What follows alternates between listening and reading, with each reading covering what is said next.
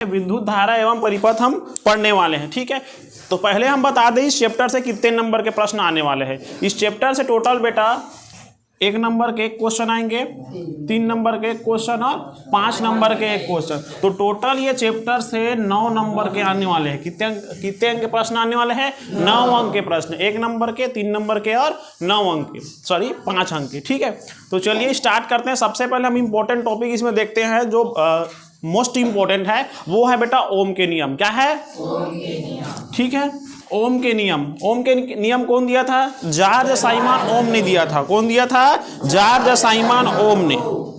उन्होंने बताया था, क्या बताया था?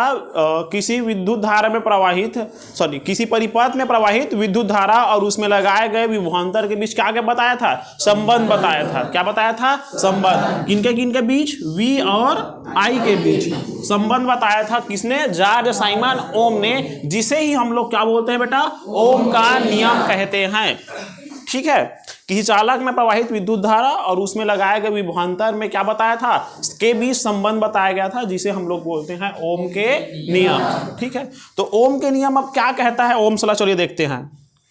किसी चालक के भौतिक अवस्था में परिवर्तन न होने दिया जाए तो उस चालक के सिरे में लगाए गए विभवांतर और उसमें प्रवाहित होने वाली धारा के क्या होती है? अनुक्रमानुपाती होती है या समानुपाती होती है। ठीक है, तो चलिए ओम के नियम के अनुसार देखते हैं। यदि लगाए गए विभवांतर V और उसमें प्रवाहित धारा क्या है बेटा? I है, तब क्या होगा बेटा? V अनुक्रमानुपाती है किसके? I के, या I अनुक्रमानुपाती है किसके? V के। ये है बेटा ओम के नियम। चलो अगर इसमें हम लोग क्या लगाते हैं? रेजिस्टेंस। क्या लगाते हैं? रेजिस्टेंस R लगाते हैं, तब ओम के नियम बराबर क्या होगा? V upon I।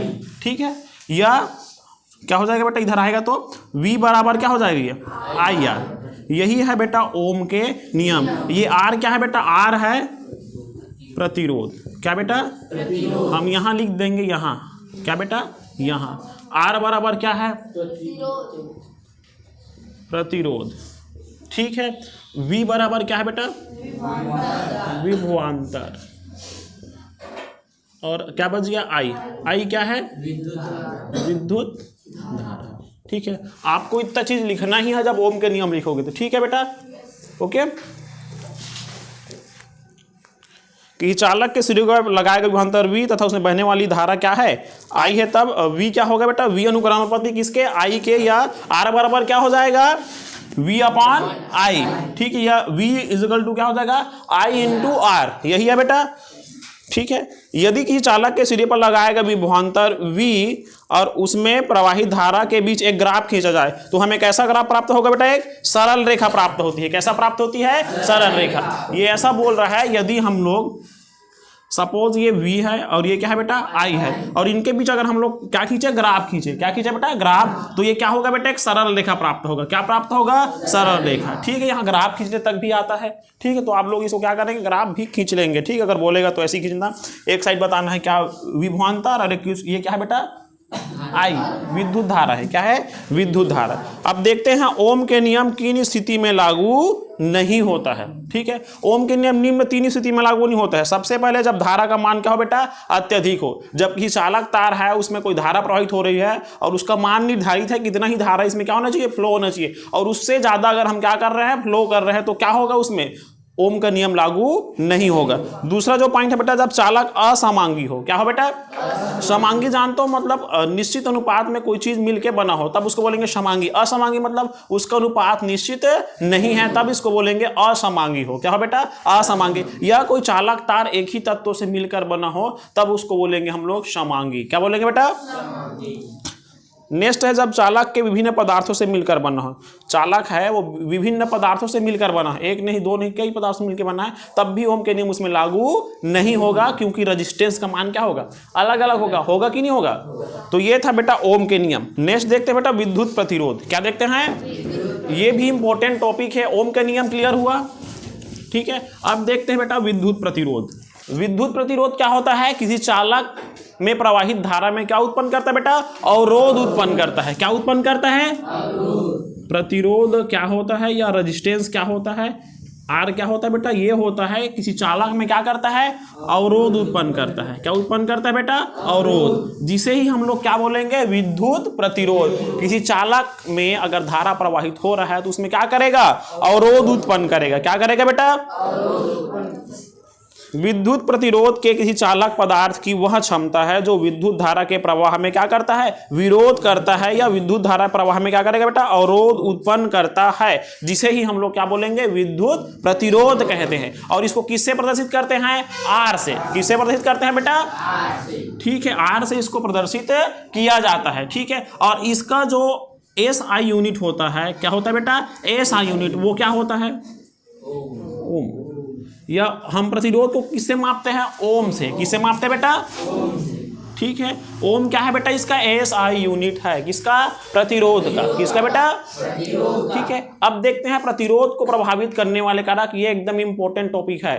प्रतिरोध क्या है, प्रतिरोध को प्रभावित करने वाले कारक। ठीक है, कौन कौन से जो कारक है जो प्रतिरोध को क्या करता है बेटा, प्रभावित करता है। क्या करता है, कि चालक के प्रतिरोध को प्रभावित करने वाले कारक। सबसे पहला बेटा चालक की लंबाई। क्या है, चालक की लंबाई। किसी चालक का प्रतिरोध उसकी लंबाई के अनुक्रमानुपाती होती है।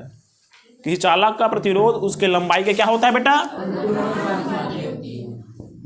लंबाई के अनुक्रमानुपाती, मतलब प्रतिरोध है और आर क्या है बेटा, प्रतिरोध है, और लंबाई को किससे प्रदर्शित करेंगे, एल से। तो ये क्या हो जाएगा बेटा, आर है अनुक्रमानुपाती किसके, एल के। अर्थात हम कह सकते हैं क्या, अगर प्रतिरोध का मान बढ़ेगा, सॉरी किसका मान बढ़ेगा, चालक के प्रतिरोध, सॉरी चालक के लंबाई बढ़ेगा। चालक की क्या बढ़ेगा बेटा, लंबाई, तो उससे प्रतिरोध का मान भी क्या होगा बेटा, बढ़ेगा। समझ में आ रहा है। अगर हम चालक की लंबाई क्या कर रहे हैं, बढ़ा दे रहे हैं, तो उसे प्रतिरोध का मान भी क्या हो जाएगा, बढ़ जाएगा। इसीलिए इसको बोलते हैं चालक के प्रतिरोध का मान उसके लंबाई के क्या होती है, अनुक्रमानुपाती होती है। क्या होती है बेटा, चालक का प्रतिरोध उसके लंबाई के क्या होती है, अनुक्रमानुपाती। क्या होती है डियर, ठीक है। नेक्स्ट आता है चालक के अनुप्रास्थ काट। क्या आता है बेटा, चालक के अनुप्रास्थ काट आता है। क्या आता है, चालक के अनुप्रास्थ काट या चालक के मोटाई। क्या बेटा, चालक के अनुप्रास्थ काट या चालक के मोटाई। अब इसमें देखना है किसी चालक के, क्या बेटा, किसी चालक के मोटाई बढ़ाने पर चालक का प्रतिरोध कम हो जाता है। क्या होता है बेटा, कम हो जाता है। अर्थात मोटाई की क्या होती है, व्युत्क्रमानुपाती होती है। क्या होती है बेटा, व्युत्क्रमानुपाती। अगर हम क्या बढ़ा रहे हैं, मोटाई बढ़ा रहे हैं। क्या बढ़ा रहे हैं, मोटाई, तो प्रतिरोध उसके मोटाई के क्या होती है, अनुक्रमानुपाती होती, सॉरी व्युत्क्रमानुपाती होती है। क्या होती है, व्युत्क्रमानुपाती। क्या होती है, ठीक है। चालक की मोटाई चालक के प्रतिरोध के क्या होती है, व्युत्क्रमानुपाती होती है। व्युत्क्रमानुपाती कहने का मतलब, यदि हम देखो हमारे पास ये 2 mm का मोटा चालक तार है, हम इसमें क्या कर दिए, इसको 4 mm का कर दिए, तो इसमें प्रतिरोध का मान बढ़ेगा कि घटेगा, कम हो जाएगा। क्या हो जाएगा बेटा, कम हो जाएगा। अर्थात हम कह सकते हैं चालक की मोटाई हम जितना बढ़ाएंगे उसमें उतना प्रतिरोध का मान क्या होगा बेटा, कम होगा। क्या होगा, ठीक है। नेक्स्ट जो पॉइंट है बेटा, चालक की प्रकृति।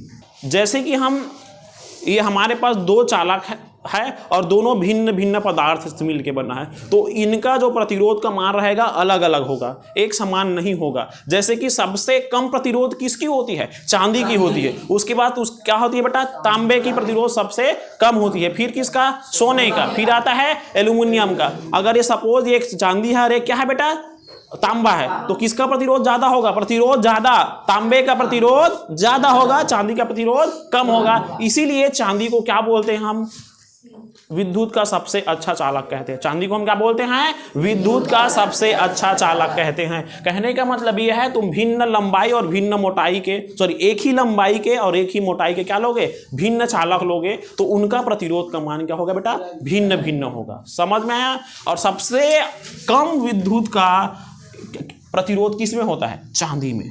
चांदी में सबसे कम प्रतिरोध होता है, किसका बेटा, प्रतिरोध होता है। इसलिए चांदी को सबसे अच्छा चालक बोलते हैं। चांदी को इसलिए क्या बोलते हैं बेटा, सबसे अच्छा चालक। कि चालक का प्रतिरोध उसके पदार्थ पर निर्भर करता है। यदि एक ही लंबाई तथा एक ही अनुप्रास्थ परिच्छेद या मोटाई के भिन्न भिन्न पदार्थ लिया जाए, तो उसके प्रतिरोध का मान भी क्या होगा बेटा, भिन्न भिन्न होगा। अर्थात चांदी का प्रतिरोध सबसे कम होता है। चांदी का प्रतिरोध क्या होता है बेटा, सबसे कम होता है। ठीक है। उसके बाद कौन आता है, तांबा, फिर है सोना, फिर क्या है बेटा, एल्यूमिनियम। ये 4 क्रम आपको याद रखना है। ठीक है बेटा। नेक्स्ट आता है बेटा चालक के ताप। क्या आता है? चालक के ताप बढ़ाने पर प्रतिरोध का मान भी क्या होता है? बढ़ जाता है। चालक के ताप हम बढ़ाएंगे तो प्रतिरोध का मान भी क्या हो जाएगा बेटा? बढ़ जाएगा। क्या हो जाएगा बेटा? कि चालक का प्रतिरोध उसके ताप पर निर्भर करता है। किस पर निर्भर करता है? ताप पर। ओके, अगर हम ताप बढ़ा दे रहे हैं तो क्या होता है बेटा? प्रतिरोध का मान भी बढ़ जाता है। लेकिन मिश्र धातु जानते हो आप लोग, मिश्र धातु वाले पदार्थ में चालक का ताप बढ़ने से प्रतिरोध का मान बढ़ता है, लेकिन शुद्ध पदार्थ की तुलना में कम बढ़ता है। कुछ समझ में आया? मिश्र धातु वाले पदार्थ एलॉय में भी क्या होती है? प्रतिरोध का मान बढ़ता है ताप बढ़ाने से, लेकिन वो क्या होता है? कम बढ़ता है शुद्ध पदार्थ की तुलना में। ठीक है, तो ये था बेटा चालक के प्रतिरोध को प्रभावित करने वाले 4 कारक।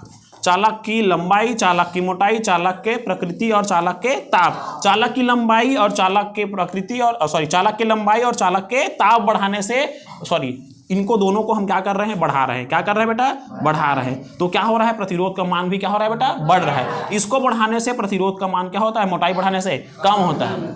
और चालक की प्रकृति, भिन्न भिन्न चालक के पदार्थ की जो प्रतिरोध होता है वो क्या होता है? भिन्न भिन्न होता है। क्या होता है बेटा?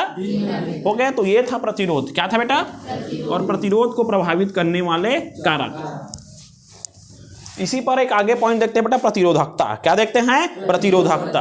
प्रतिरोधकता क्या होती है? किसी पदार्थ की प्रतिरोधकता से उस पदार्थ द्वारा क्या बेटा? विद्युत धारा के प्रवाह का विरोध करने की क्षमता का पता चलता है। प्रतिरोधकता क्या होती है? जिसके द्वारा हमको प्रतिरोध करने की जो क्षमता का पता चले उसको हम क्या बोलेंगे? प्रतिरोधकता। क्या बोलेंगे बेटा? कम प्रतिरोधकता वाले पदार्थ आसानी से विद्युत आवेश को चलने देता है। जिस पदार्थ में सबसे कम प्रतिरोधकता है वो आसानी से विद्युत धारा उसमें क्या हो जाएगा बेटा? फ्लो हो जाएगा। ठीक है, प्रतिरोधकता किसी पदार्थ का वहां गुणधर्म है जो उसकी विद्युत धारा के प्रवाह को रोकने की क्षमता को दर्शाता है। ठीक है, प्रतिरोधकता किसको दर्शाता है? प्रतिरोध नहीं बोल रहे हैं अभी, हम बोल रहे हैं प्रतिरोधकता। प्रतिरोधकता क्या प्रदर्शित करता है? किसी विद्युत धारा में क्या बेटा? अवरोध उत्पन्न करने की क्षमता को प्रदर्शित करता है। और इसका SI यूनिट होता है बेटा, वो होता है ओम मीटर। क्या होता है? ओम मीटर। ठीक है, प्रतिरोधकता को ही क्या बोला जाता है? विशिष्ट प्रतिरोध कहते हैं। प्रतिरोधकता को ही क्या बोलते हैं? विशिष्ट प्रतिरोध। और इसका SI यूनिट क्या होता है? ओम मीटर। क्या होता है डियर? ओम मीटर। चांदी की प्रतिरोधकता सबसे कम होती है। चांदी की प्रतिरोधकता सबसे कम होती है। प्रतिरोधकता सबसे कम चांदी की, फिर तांबा का, फिर सोना का, फिर किसका होता है? एल्यूमिनियम का। ठीक है डियर, तो ये था किसी प्रतिरोध को प्रभावित करने वाले कारक। ठीक है, पहला देखे हम लोग ओम का नियम, दूसरा देखे प्रतिरोध को प्रभावित करने वाले कारक। ये 2 क्वेश्चन एकदम इंपॉर्टेंट है, तो 5 नंबर में आ सकता है। ठीक है डियर, अब तीसरा क्वेश्चन देखते हैं जो बहुत ही इजी है। क्या कि हमको कोई विद्युत उपकरण प्रयोग कर रहे हैं तो कौन कौन से सावधानी रखनी चाहिए। ठीक है, सबसे पहले बेटा हमको सुरक्षित उपकरणों का प्रयोग करना चाहिए। क्या करना चाहिए? सुरक्षित उपकरण। पहला जो पॉइंट है, हमको कोई विद्युत उपकरण उपयोग कर रहा है तो उसके सावधानी में क्या करना चाहिए? सबसे पहले सुरक्षित उपकरणों का प्रयोग करें या उपयोग करें। जब भी हम कोई उपकरण उपयोग कर रहे हैं तो ये देखो, ये असुरक्षित उपकरण है। क्या उपकरण है बेटा? असुरक्षित। ये सुरक्षित उपकरण नहीं है, तो ये अच्छे से कैसे होना चाहिए? या तो सुरक्षित रहना चाहिए, जिससे हमको कहीं भी कभी भी डर न रहे कि शॉर्ट लगे या कुछ भी हो सके इससे। ठीक है बेटा, केवल अच्छी गुणवत्ता वाले मान्यता प्राप्त विद्युत उपकरणों का ही उपयोग करें। खराब या टूटे तार और उपकरणों को तुरंत निपटारा कर ले। समझ में आ रहा है बेटा? ऐसे टूटे हुए कोई भी उपकरण है तो उसको तुरंत ही क्या करना चाहिए? मरम्मत कर देनी चाहिए। ऐसे ही यूज नहीं करना चाहिए। ठीक है बेटा, पहला पॉइंट क्या समझ में आया? खराब या टूटे हुए उपकरण का उपयोग नहीं करना है। ठीक है बेटा, और अच्छे गुणवत्ता वाले ही उपकरण का हमको क्या करना है? उपयोग करना है। नेक्स्ट आता है गीले हाथों से न छुए।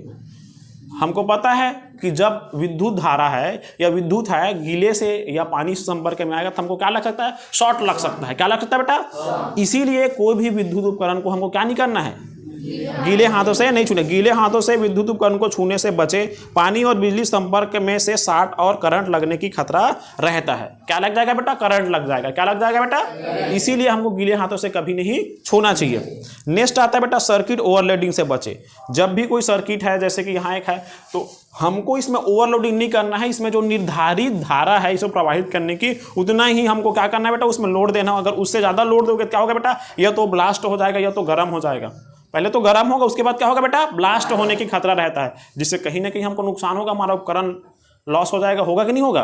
ठीक है, तो हमको क्या करना चाहिए बेटा, ओवरलोडिंग से एक ही सॉकेट में कई उपकरण या प्लग नहीं करना चाहिए, जिससे ओवरलोडिंग का खतरा रहता है। अगर हम कर दिए तो क्या होगा बेटा, उससे ओवरलोडिंग होगा। क्या होगा बेटा, ठीक है। अब आता है बेटा विद्युत लाइन से दूर रहे। कोई भी विद्युत लाइन है, चाहे उसमें इंसुलेशन पदार्थ लगा हो, फिर भी हमको क्या रहना बेटा, दूर रहना है। क्या रहना बेटा, ताकि हमको खुले और नंगे बिजली के कनेक्शनों से दूरी बनाए रखे, टूटे हुए विद्युत खंभों के तारों के पास न जाए। अगर विद्युत खंभों का तार टूटा हुआ है फिर भी हमको उसके पास नहीं जाना चाहिए, बंद है फिर भी नहीं जाना है, क्या पता कोई दूसरे जगह उसमें क्या कर दे, कनेक्ट कर दे। ठीक है डियर।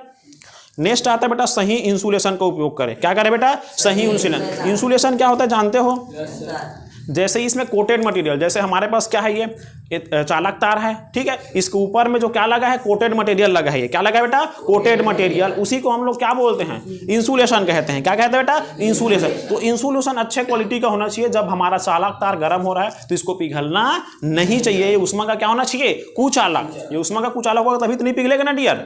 ठीक है, तो जो क्या है इंसुलेशन तारों को उपकरण का सही इंसुलेशन की जांच करें, और इंसुलेशन खराब होने पर उपकरण का उपयोग नहीं करना चाहिए। क्योंकि बेटा अगर इंसुलेशन खराब होगा तो देखो दो संयोजक तार आपस में क्या हो जाएंगे, मिल जाएगा, जिसे ही हम लोग क्या बोलते हैं, शॉर्ट सर्किट कहते हैं या लघुपतन कहते हैं। कहते कि नहीं कहते हैं, कहते हैं डियर। नेक्स्ट आता है बिजली कटौती या मरम्मत के दौरान सतर्क रहना है। ठीक है, जब भी हम कोई बिजली कटौती हो गया है या मरम्मत करें तो हमको क्या रहना है, सतर्क रहना है। क्या करना है बेटा, सतर्क। कभी भी करंट आ सकता है। ठीक है बेटा, और क्या करना है, हमेशा हमको क्या रहना चाहिए, दस्ताने हमारे हाथ में पहने होना चाहिए। और क्या करना चाहिए, इसके साथ हमको करना चाहिए क्या, जो भी मरम्मत कर रहा है वो कुशल होना चाहिए। कुशल कहने का मतलब विद्युत कार्य में उसको करने के क्या होना चाहिए बेटा, एक्सपर्टीज होना चाहिए। उसी व्यक्ति को हमको क्या कराना है, मरम्मत का काम करवाना है। कैसे करवाना है बेटा, ठीक है। ओवर हीटिंग से बचे। किससे बचना है, ओवर हीटिंग। समझ में है, जब क्या होगा बेटा, तुम उसमें ओवरलोड दे रहे हो तो क्या होगा बेटा, गर्म हो जाएगा। क्या हो जाएगा बेटा, गर्म। जब भी कोई विद्युत उपकरण क्या हो रहा है, गर्म हो गया, तो हमको क्या करना चाहिए, उसको बंद कर देना चाहिए। क्या करना चाहिए बेटा, ज्यादा गर्म होगा तो क्या हो सकता है, ब्लास्ट हो जाएगा। क्या हो जाएगा बेटा, ठीक है। उपकरणों लंबे समय लगातार उपयोग न करें, अत्यधिक गर्मी के लगने का खतरा होता है। अत्यधिक गर्मी हो जाएगा क्या हो जाएगा बेटा, खतरा उत्पन्न हो जाएगा। होगा कि नहीं होगा, हो जाएगा। तो ये था बेटा कि विद्युत उपकरण का उपयोग करते समय क्या है, क्या हमको सावधानी रखनी है। ये बेहद इंपॉर्टेंट क्वेश्चन है। ये 3 क्वेश्चन जो बड़ा बड़ा क्वेश्चन है आपके एग्जाम में आता है। कितने नंबर का, 5 नंबर का। कितने नंबर का बेटा, ठीक है। अब हम देख रहे हैं विद्युत से संबंधित कुछ परिभाषा है। ठीक है, जो छोटा छोटा क्वेश्चन है 3 नंबर के, उससे संबंधित हम लोग देखेंगे। ठीक है, सबसे पहला पॉइंट है बेटा विद्युत क्षेत्र। क्या है, क्या होता है विद्युत क्षेत्र, किसी चालक का वह क्षेत्र है जहां किसी एकांक आवेश या अन्य आवेश को रखने पर आकर्षण बल का क्या करता है, वो अनुभव करता है। क्या करता है बेटा, सपोज ये क्या है बेटा, कोई विद्युत क्षेत्र है। क्या है बेटा, ये कोई विद्युत क्षेत्र। अब इस विद्युत क्षेत्र पर चलो यहाँ भी एक आवेश है और यहाँ भी एक क्या है बेटा, एक आवेश है। तो इस आवेश को ये क्या करेगा बेटा, ये रिपल्शन करेगा। क्या करेगा बेटा, रिपल्शन मतलब प्रतिकर्षण करेगा। क्या करेगा बेटा, प्रतिकर्षण। और यहाँ मैं एक आवेश रखता हूँ, उसको ना तो वो आकर्षण कर रहा है ना तो क्या कर रहा है बेटा, प्रतिकर्षण। तो ये इसका क्या है बेटा, ये विद्युत एरिया है। क्या एरिया है बेटा, विद्युत एरिया। यह विद्युत क्षेत्र है। कि विद्युत क्षेत्र वहाँ क्षेत्र होता है जिस पर कोई अन्य आवेश को रखने पर या तो उसको क्या करेगा, अगर हम लोग यहाँ माइनस रख दिए तो क्या करेगा, उसको वो आकर्षण करेगा। क्या करेगा बेटा, आकर्षण। ठीक है, समान समान आवेशों में क्या होती है, समान आवेशों में क्या होती है, प्रतिकर्षण, और असमान आवेशों में क्या होती है, आकर्षण होता है। ठीक है बेटा, ठीक है। सेम सेम चार्ज रहेंगे क्या होंगे, प्रतिकर्षण, रिपल्शन होंगे, और डिफरेंट चार्ज है क्या होंगे, आकर्षण या अट्रैक्शन होंगे। ठीक है, तो विद्युत क्षेत्र यही होता है बेटा कि किसी एक आवेश है और ये आवेश का क्या है, ये उसका क्षेत्र है, तो उसी क्षेत्र को अपन क्या बोलेंगे, विद्युत क्षेत्र। कोई और आवेश को अपने ओर आते आकर्षण करेगा या तो क्या करेगा, रिपल्शन करेगा, प्रतिकर्षण करेगा। वही क्षेत्र क्या है इसका, विद्युत क्षेत्र। जैसे सपोज मैं बता रहा हूं ये इसका विद्युत क्षेत्र से बाहर में है हम लोग, तभी तो हमको करंट नहीं लग रहा है, नहीं लग रहा है, हमको आकर्षण नहीं कर रहा है, ना तो हमको क्या कर रहा है, रिपल्शन नहीं कर रहा है। तो हम विद्युत क्षेत्र से कहीं ना कहीं क्या है बेटा, दूर है। क्या है बेटा, दूर है। हम लोग यहाँ है, ठीक है, यहाँ है। अगर यहाँ जाएंगे उसके अंदर चले जाएंगे तो हमको करंट लग जाएगा, या तो आकर्षण करेगा तो क्या करेगा, रिपल्शन करेगा। करेगा कि नहीं करेगा, तो वही उसका एरिया क्या होगा बेटा, विद्युत क्षेत्र होगा। क्या होगा बेटा, और विद्युत क्षेत्र। ठीक है, यहां तक समझ में आया। अब आता है विद्युत क्षेत्र की तीव्रता। क्या आएगा बेटा? विद्युत क्षेत्र की तीव्रता। चलो ये सपोज ये कोई विद्युत क्षेत्र था, क्या था बेटा ये? विद्युत क्षेत्र। ठीक है, अब इस विद्युत क्षेत्र में कोई आवेश को तुम कितने जोर से या तो आकर्षण कर रहे हो या कितने जोर से या कितने बल लगा क्या करो उसको रिपल्शन कर रहे हो। किसी आवेश को तुम कितने जोर लगा के क्या कर रहे हो बेटा? या तो आकर्षण कर रहे हो या तो कितने जोर लगा क्या कर रहे हो? पुश कर रहे हो, प्रतिकर्षण कर रहे हो। इसी को क्या बोलेंगे? विद्युत क्षेत्र की तीव्रता। किसी विद्युत क्षेत्र में किसी बिंदु पर एकांक धनावेश को रखने पर वहां जितने बल का क्या करेगा? अनुभव करता है, उसी को हम लोग क्या बोलते हैं? विद्युत क्षेत्र की तीव्रता कहते हैं। और विद्युत क्षेत्र की तीव्रता को किससे प्रदर्शित करते हैं? ई से प्रदर्शित करते हैं। किससे प्रदर्शित करते हैं? ई से। तो ई बराबर क्या हो जाएगा बेटा? ई बराबर हो जाएगा F बटे क्यू। क्या हो जाएगा बेटा? F बटे क्यू। और इसका जो मात्रक होता है वो क्या होता है? न्यूटन प्रति कूलाम। क्या होता है बेटा? न्यूटन प्रति कूलाम।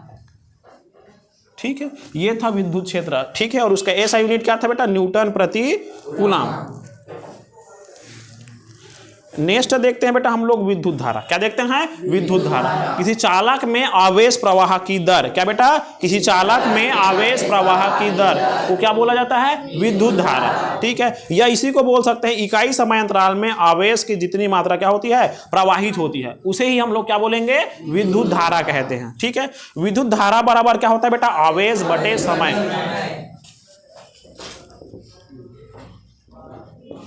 विद्युत धारा बराबर आवेश बटे समय।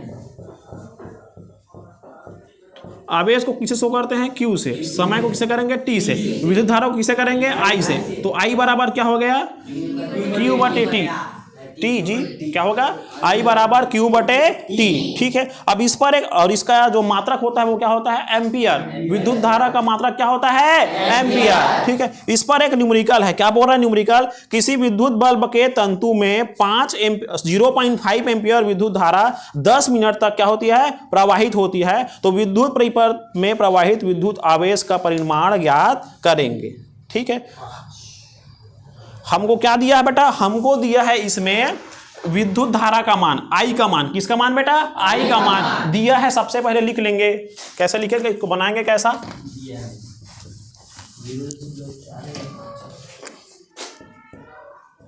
दिया है क्या बेटा? विद्युत धारा बराबर किसके बराबर बेटा?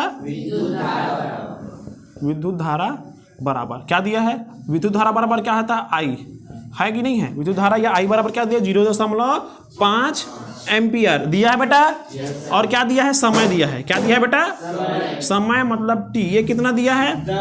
10 मिनट। कितना दिया है? 10 मिनट। अब इस 10 मिनट को हमको किसमें परिवर्तन करना है? सेकंड में। किसमें परिवर्तन करना है बेटा? सेकंड में। तो हम लोग क्या करेंगे? 10 × 60 तो कितना हो जाएगा? ये 600।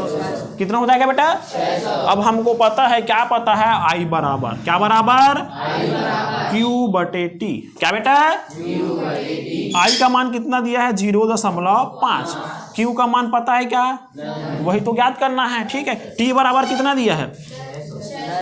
600। क्या दिया है बेटा? 600 सेकंड दिया कि नहीं दिया है? हो गया। ठीक है, अब चलो, अब इसको हम लोग क्या करेंगे? इधर इसको क्या करेंगे? ट्रांसफर करेंगे। क्या करेंगे बेटा? ट्रांसफर। Q बराबर 0.5 ट्रांसफर करेंगे तो ये क्या था? डिवाइड में था, इधर क्या हो जाएगा? मल्टीप्लाई हो जाएगा। भाग में था ना, इधर आएगा क्या होगा बेटा? गुणा होगा। क्या होगा बेटा? ठीक है, आधा से 600 गुणा करेंगे कितना होगा? 300 होगा। कितना होगा बेटा? 300।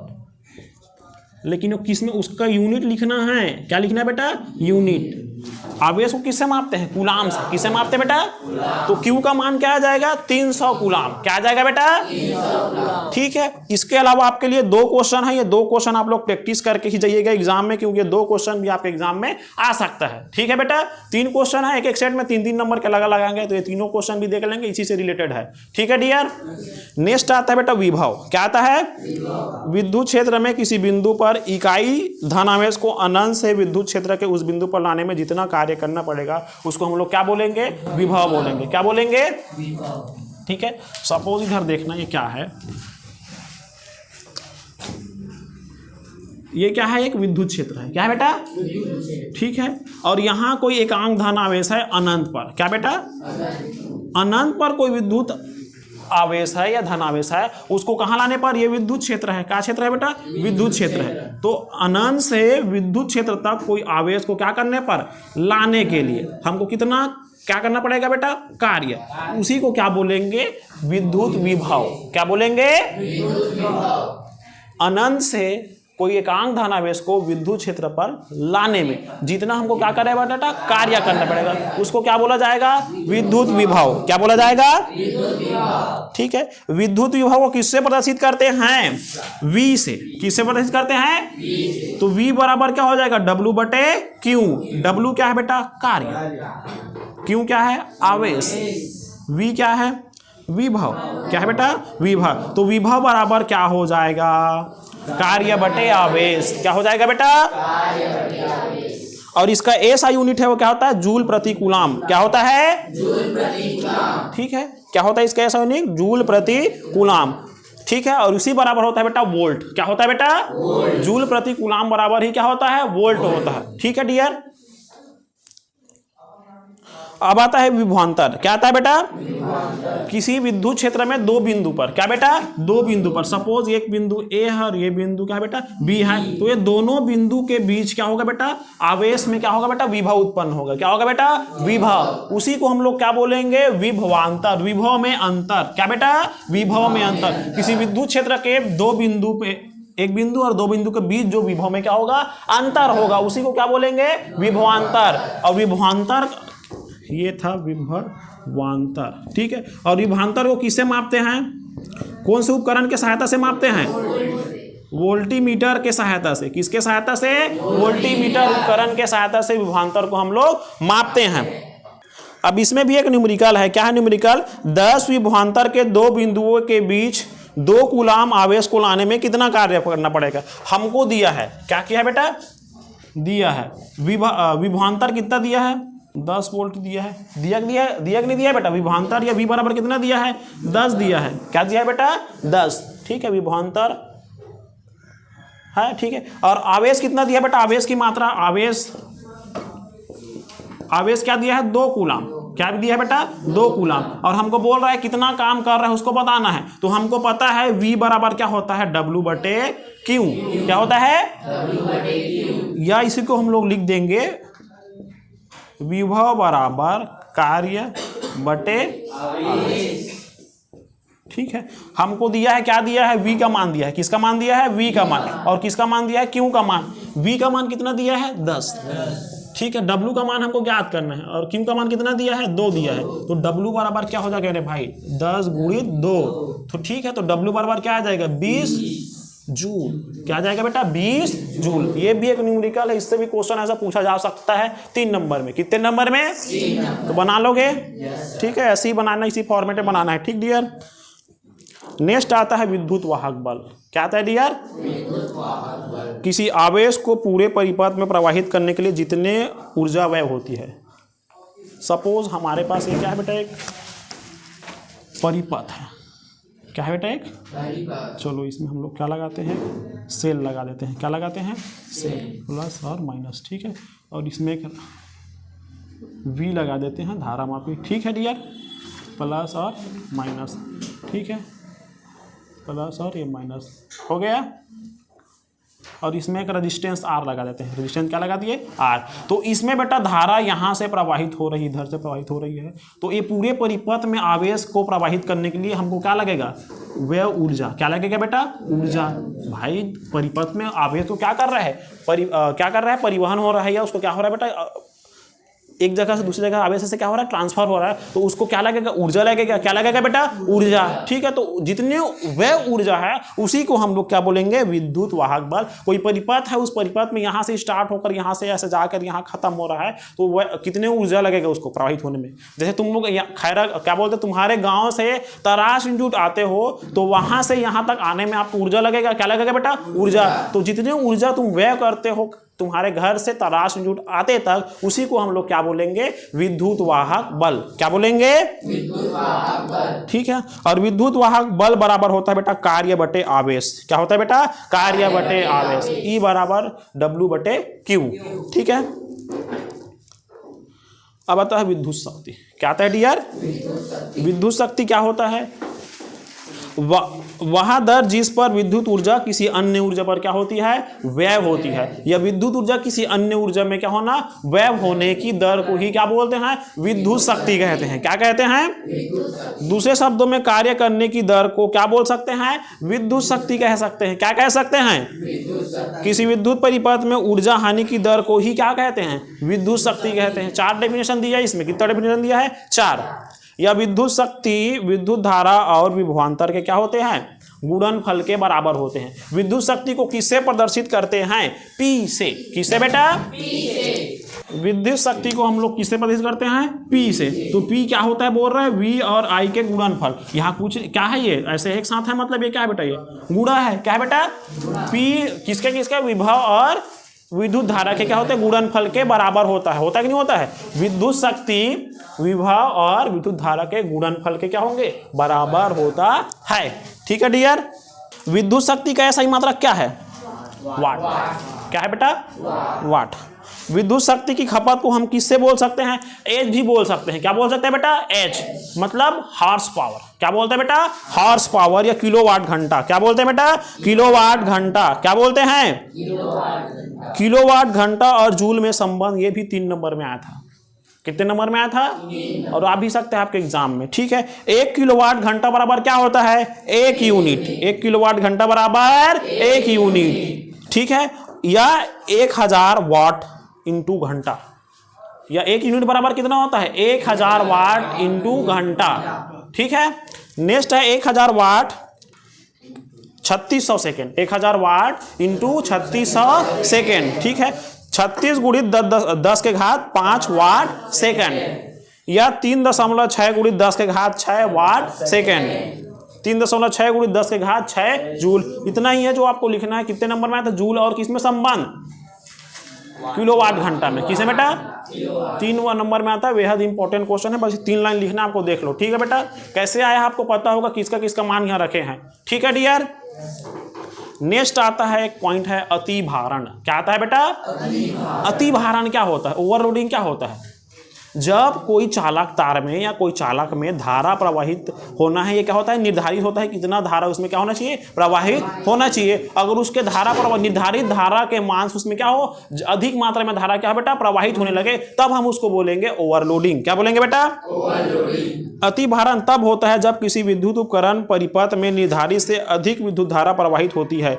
यह धारा अत्यधिक प्रवाह उपकरण के सामान्य कार्यसूत्रता प्रभावित कर सकता है। अगर हम उसमें अतिभारण हो गया तो वो कोई चालक तार है, उसके क्या हो जाएगा, उसके गुण में क्या करेगा बेटा, प्रवाहित जो धारा है उसका मान क्या करेगा, उसके उपकरण के गुण को क्या करेगा, प्रभावित करता है। ठीक है। उपकरण क्षति पहुंच सकता है, उपकरण को क्या हो सकता है बेटा, क्षति पहुंच सकता है। जैसे तार कभी कभी गल जाते हैं, क्योंकि उसमें धारा का मान क्या होता है, अधिक कर देते हैं, हम लोग ओवरलोडिंग करते हैं। ठीक है, तो इसे ओवरलोडिंग के लिए भी हो सकता है। ठीक है। नेक्स्ट देखते हैं लघुपथन। क्या देखते हैं? लघुपथन को क्या बोलते हैं हम लोग, शॉर्ट सर्किट बोलते हैं। लघुपथन तब होता है जब दो अलग अलग पोटेंशियल वाले कंडक्टर आपस में सीधे जुड़ जाते हैं। समझ में आए? जैसे कि सपोज ये कोई एक क्या है बेटा, कंडक्टर है, 2 कंडक्टर है और दोनों कंडक्टर के इंसुलेशन क्वालिटी का क्या था बेटा, खराब था। क्या था बेटा? तो दोनों आपस में मिल गए, जिसे ही हम लोग क्या बोलेंगे, शॉर्ट सर्किट। इसी को बोलेंगे, क्या बोलेंगे बेटा, शॉर्ट सर्किट। क्या बोलेंगे बेटा, शॉर्ट सर्किट। या इसको हिंदी में ही क्या बोलेंगे, लघुपथन। 2 अलग अलग, ये एक है ये दूसरा है, अलग अलग चालक तार है, दोनों आपस में क्या हो जाएंगे, संपर्क में आ जाएंगे। इनका इंसुलेशन खराब था, या तो जैसे हम लोग देखेंगे जो वायर लगा रहता है एल्यूमिनियम का, वो आपस में क्या हो जाए, कनेक्ट हो जाए, तो उसको बोलेंगे शॉर्ट सर्किट। क्या बोलेंगे बेटा? ठीक है। नेक्स्ट आता है फ्यूज। क्या आता है बेटा? फ्यूज क्या होता है? फ्यूज एक सुरक्षात्मक उपकरण है जो हमको क्या करता है बेटा, सुरक्षा प्रदान करता है। क्या प्रदान करता है? सुरक्षा प्रदान करता है ओवरलोडिंग या शॉर्ट सर्किट के समय। और साथ ही साथ ये धातु होता है जो कैसे होता है, कम गलनांक वाले होते हैं। क्या होता है बेटा? कम गलनांक वाले। जब इसमें धारा प्रवाह का मान निश्चित है, उससे ज्यादा धारा प्रवाह हो रहा है, तो ये क्या हो जाएगा बेटा, गल कर टूट जाता है, जिससे परिपथ में धारा प्रवाहित हो रहा है वो रुक जाता है और हमारा पूरे परिपथ क्या रहता है, सुरक्षित रहता है। किसी कारण से? फ्यूज के कारण से। किसी कारण से बेटा? तो फ्यूज समझ में आया क्या है? फ्यूज किसी परिपथ में क्या होता है, सुरक्षा प्रदान करता है, और ये कम गलनांक वाले होते हैं। कैसे होते हैं? कम गलनांक। ठीक है, एक सुरक्षात्मक उपकरण है, याद रखना। नेक्स्ट आता है बेटा आपका प्रत्ययवर्ती धारा और दिष्ट धारा में अंतर, एसी और डीसी में अंतर। ठीक है, तो चलिए देखते हैं। सबसे पहले परिभाषा देखते हैं किसका, एसी का। वह धारा जिसमें विद्युत धारा का प्रवाह समय समय पर बदलता है। समय समय पर क्या बदलता है बेटा? दिशा बदलता है। एसी क्या होता है? प्रत्ययवर्ती धारा क्या होता है? इनका मान समय समय पर ये क्या होता है, इसका दिशा बदलती रहती है। क्या होती है बेटा? बदलती रहती है। वह धारा, और अब आता है डीसी में, वह धारा जिसमें विद्युत धारा का प्रवाह एक ही दिशा में होता है। डीसी में उनका जो दिशा है, डायरेक्शन है, वो चेंज नहीं होता है, लेकिन प्रत्ययवर्ती धारा में समय समय पर उसके दिशा का मान क्या होता है? क्या होता है? परिवर्तित होती रहती है। दिशा, नेक्स्ट दूसरा पॉइंट, दिशा समय समय के साथ क्या होती है? बदलती रहती है, और इसमें दिशा समय के साथ नहीं बदलती है। ठीक है। वोल्टेज का मान समय समय पर बदलता है। इसमें वोल्टेज का मान क्या रहेगा? डीसी में निश्चित रहता है, या दिष्ट धारा में वोल्टेज का मान निश्चित रहता है। एसी में क्या होता है? समय समय पर बदलते रहता है। स्रोत जैसे जनरेटर या पावर से जो हमको क्या मिलेगा बेटा? जनरेटर या पावर से जो हमको क्या मिलेगा? करंट मिलेगा, वो क्या होगा? प्रत्ययवर्ती धारा। क्या होगा बेटा? प्रत्ययवर्ती धारा। बैटरी या सोलर सेल से जो हमको मिलेगा वो, या डायनोमो से, वो क्या रहेगा? वो रहेगा दिष्ट धारा। क्या रहेगा बेटा? दिष्ट धारा। ठीक है। ऊर्जा का रूपांतरण लंबी दूरी तक कुशलता से स्थानांतरित किया जा सकता है, और इसको दिष्ट धारा को लंबी दूरी तक नहीं लेगा जा सकता। समझ में आ रहा है? जैसे कोरबा से आपके यहाँ जो करंट आया वो कैसा आया होगा? प्रत्ययवर्ती धारा के दिष्ट धारा? प्रत्ययवर्ती धारा से ही आया है, क्योंकि उसको लंबी दूरी तक क्या कर सकते हैं? ट्रांसफर कर सकते हैं बड़ी आसानी से, लेकिन इसको लंबी दूरी तक ट्रांसफर नहीं कर सकते। किसको? दिष्ट धारा। घरेलू बिजली की आपूर्ति में हम या औद्योगिक उपकरण में किसका उपयोग करते हैं? प्रत्ययवर्ती धारा का। और दिष्ट धारा इलेक्ट्रॉनिक उपकरण, बैटरी चलित उपकरण होते हैं। जैसे हमारा मोबाइल क्या है? बैटरी चलित उपकरण है। एक डीसी है कि एसी है? डीसी है कि नहीं है बेटा? ठीक है। ऊर्जा की हानि, अत्यधिक ऊर्जा हानि होती है। प्रत्ययवर्ती धारा में जो ऊर्जा की हानि होती है क्या होती है? अधिक होती है, और दिष्ट धारा में ऊर्जा की हानि क्या होती है? कम होती है। ठीक है। विद्युत उपकरण पर प्रभाव अधिक गर्मी से उत्पन्न हो सकती है। उपकरणों के लिए क्या होती है? सुरक्षित रहती है। जब हम मोबाइल चला रहे हैं तो बहुत कम चांस है वो गर्म हो, लेकिन जब चार्जिंग में रखते हैं तब गर्म होता है ना। या कोई भी इलेक्ट्रॉनिक गैजेट है, अगर हम विद्युत के संपर्क में नहीं है तो चला रहे हैं तो गर्म हो बहुत कम चांस रहता नहीं रहता है। लेकिन जब नॉर्मली हम कोई चीज़ को उसमें कनेक्ट, जैसे टीवी चलते रहता है प्रत्ययवर्ती धारा से डायरेक्ट कनेक्ट है, तो जल्दी गर्म होता है कि नहीं होता है? होता है बेटा। तो यह है कि उपकरण जल्दी गर्म हो सकता है प्रत्ययवर्ती धारा से, और दिष्ट धारा से उपकरण जल्दी गर्म नहीं होगा। ठीक है। नेक्स्ट जो इंपॉर्टेंट टॉपिक है वो है बेटा, हम परिपथ का संयोजन कैसे करेंगे? दो तरह से करेंगे, एक तो श्रेणी क्रम संयोजन, और दूसरा क्या करेंगे बेटा? समांतर क्रम। ठीक है। तो श्रेणी क्रम संयोजन क्या होता है? जब किसी विद्युत परिपथ में पहले प्रतिरोध का दूसरा सिरे से दूसरे प्रतिरोध का पहले सिरे से जोड़ देते हैं, और दूसरे प्रतिरोध का दूसरा सिरा तीसरे प्रतिरोध से जोड़ देते हैं, तो ऐसे क्रम को अपन क्या बोलते हैं? श्रेणी क्रम संयोजन। ठीक है। जैसे देखो यहाँ प्रतिरोध R1 का जो दूसरा सिरा है वो दूसरे प्रतिरोध के पहले सिरे से जोड़े है। ये R1 है, ये क्या है बेटा? ये R1, मतलब प्रतिरोध 1 है कि नहीं है? ठीक है।